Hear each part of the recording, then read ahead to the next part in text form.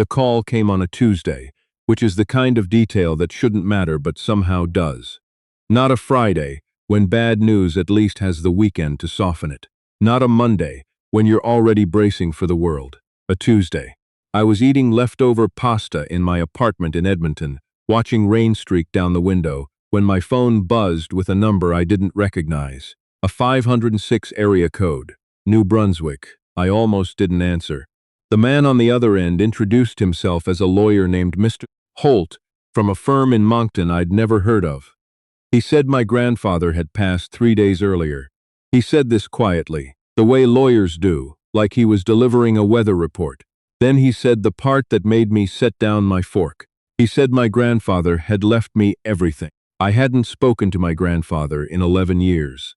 The last time I saw him, I was 22, sitting in the passenger seat of my mother's car in the driveway of his farmhouse outside Sackville, and he was standing on the porch, not waving, just watching us leave with his arms crossed and his jaw tight. My mother didn't explain. She never did. She just pulled onto the road and turned the radio up, and when I asked her what had happened between them, she said, "Some doors are better left closed, Liam." That was the end of it. She died 4 years later. A stroke, fast, the way the doctors said was a mercy. She was 53. She never reopened that door, so when Mr. Holt told me that a man I barely knew had left me his entire estate, 46 acres of land on the Tantramar Marshes, a farmhouse built in 1923, and whatever was in it, I didn't feel grateful. I felt suspicious. In my experience, when someone who ignored you your whole life suddenly leaves you something, there's always a reason. And the reason is never simple. I drove out there on a Thursday. 12 hours from Edmonton, one stop in Rivière-du-Loup for gas and a coffee that tasted like hot cardboard. The Trans-Canada was gray and flat through New Brunswick, and the closer I got to Sackville, the more the landscape opened up.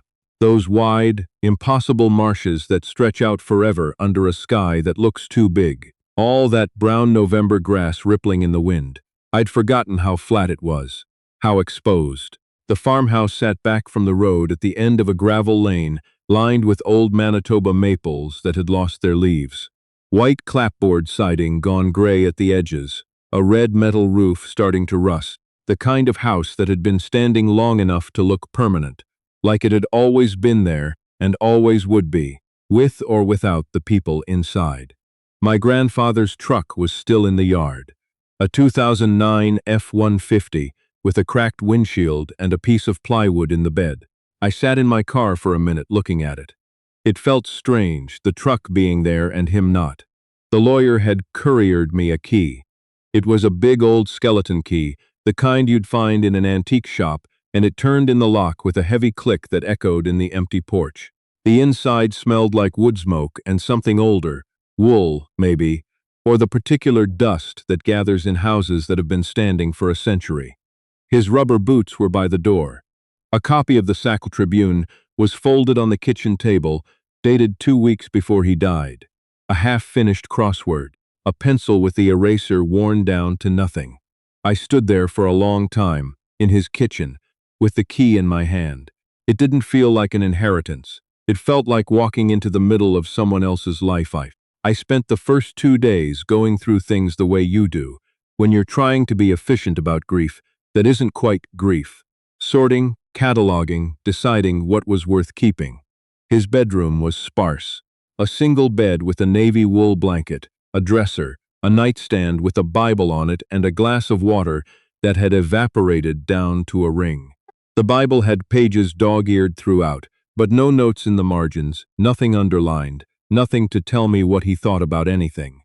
The living room was more revealing. 2 walls of bookshelves, floor to ceiling, packed so tightly the books had to be angled to fit. History, mostly maritime history, Acadian history, 3 full shelves on the Mi'kmaq peoples, half a shelf on the Intercolonial Railway, 1 whole section on the First World War. My grandfather had been a serious man, apparently, a reading man. I didn't know that. I didn't know much about him at all.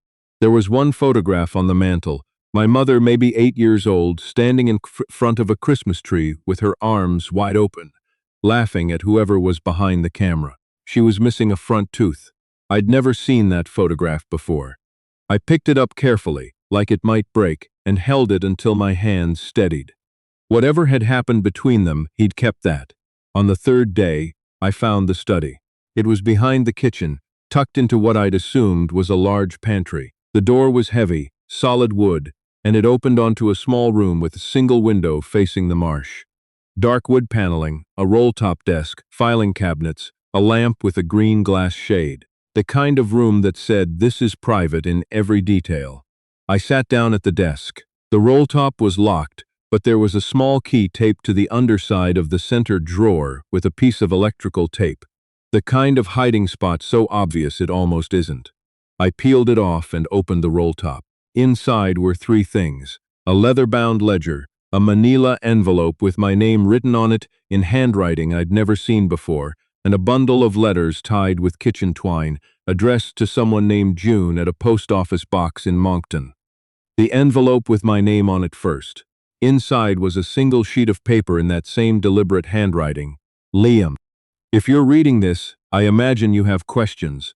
I had the same ones for a long time. The ledger will help. So will June. She knows where to find the rest. I am sorry I was not brave enough to explain this to you myself. Your grandfather, George. That was it. No preamble, no warmth, no explanation of 11 years of silence. Just, the ledger will help. So will June. I opened the ledger. The first entry was dated September 1987. Neat, precise columns, dates, amounts, initials. Page after page of transactions going back 35 years. The numbers were significant. Not life-changing on their own, 1,500 here, 2,000 there, but consistent, monthly. And the initials beside them were always the same, HC. I didn't know what HC meant. Not yet. I spent that night at the kitchen table with the ledger, a yellow legal pad, and 3 cups of tea I barely touched. By midnight, I had identified something. The payments weren't random. They corresponded, almost exactly, to dates in the 1990s when, according to the local newspaper archives I'd found in a box under the desk, a development company called Hargrove Capital had acquired significant parcels of land on the Tantramar Marshes. Parcels that had once belonged to the families of longtime residents. Parcels that, when I cross-referenced them with the property records in my grandfather's filing cabinet, had sold for well under market value. My grandfather's name was in some of those records, not as a seller. As a witness, the cold that went through me then wasn't from the November draft coming under the door. I sat back and looked at the ceiling for a long time. Then I looked at the bundle of letters addressed to June. I didn't open them that night. I wasn't ready. I found her the next morning. June Arsenault. She wasn't hard to find. This is a small province, and she'd lived in the same house in Dorchester for 40 years. I called the number I found through a community directory, and when she answered, she sounded exactly like I expected someone named June to sound, careful and precise. The vowels slightly flattened in that eastern New Brunswick way. When I said my grandfather's name, she went quiet for a long moment. "I wondered if someone would call," she said finally. "I wondered if he'd say anything." She agreed to meet me the next morning at a Tim Hortons in Moncton. Neutral ground. June Arsenault was in her mid-70s, small and sharp-eyed, with the kind of posture that comes from spending a lifetime refusing to be overlooked. She was there before me, with a large coffee and a folder on the table in front of her, and she looked at me when I sat down the way people look at you when they're deciding whether to trust you. She studied my face for a moment. "You have her eyes," she said. "Your mother." I didn't know what to do with that, so I just nodded. She told me the story over the next 2 hours, slowly, in that methodical way of someone who has been waiting a long time to say something out loud.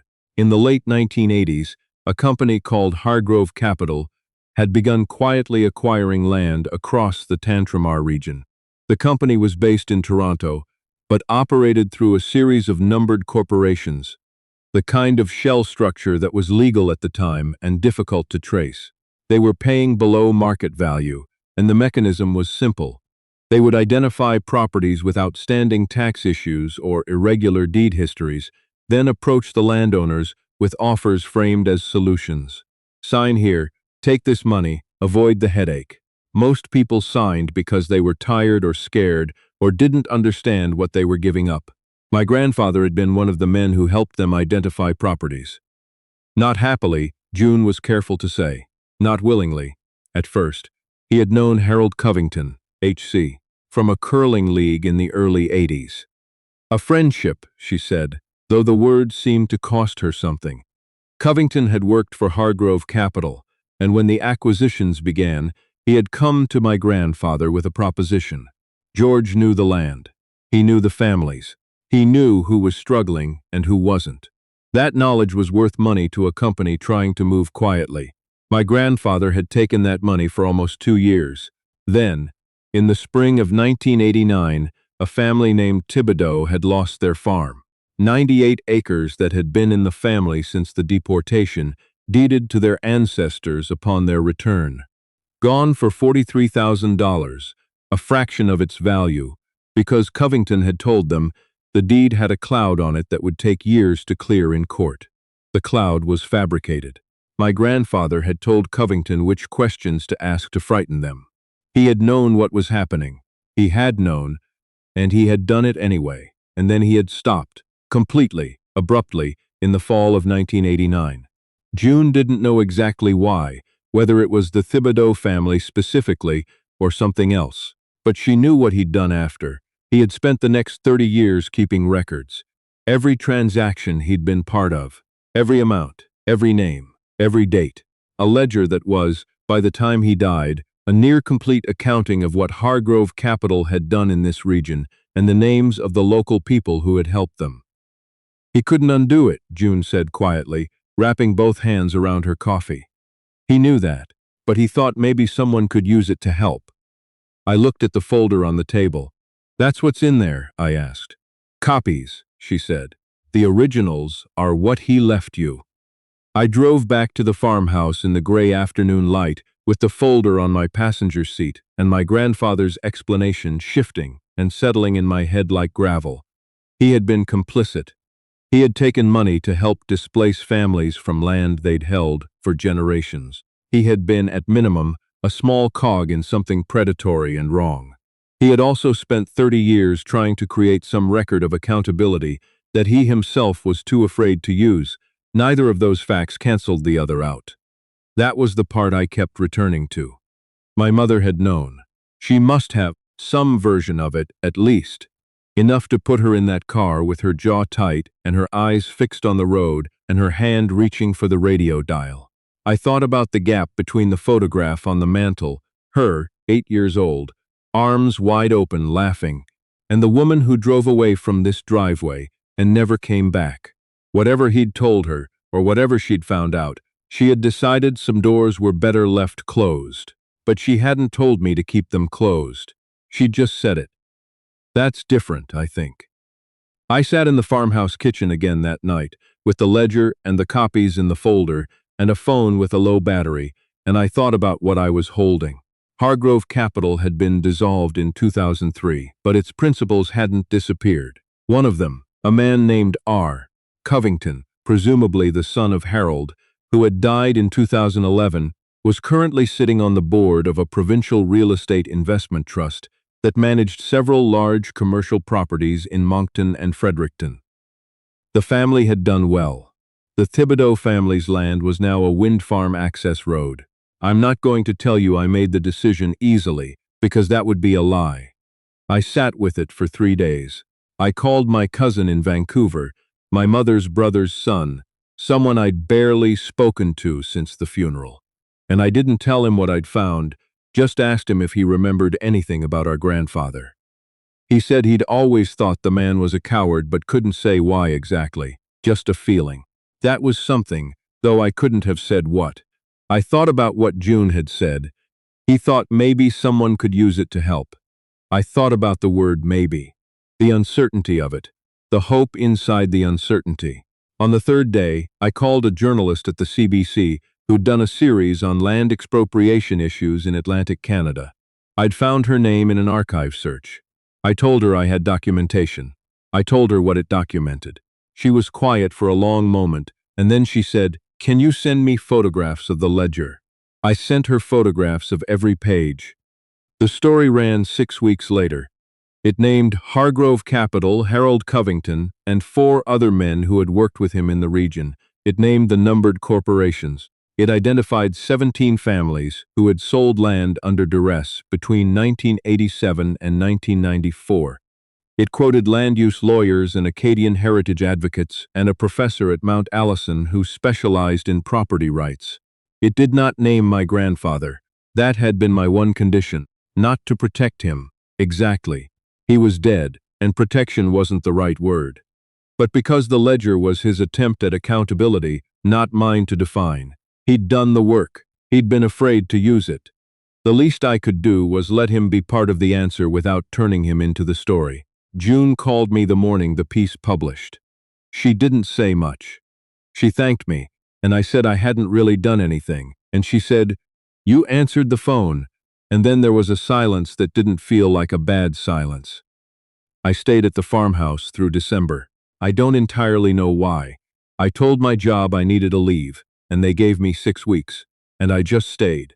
I walked the marsh most mornings, those wide-open miles of frozen grass with the light coming in flat and gray from the Bay of Fundy, and I thought about inheritance, what it means, what it costs, what you're supposed to do with something you didn't earn and didn't choose.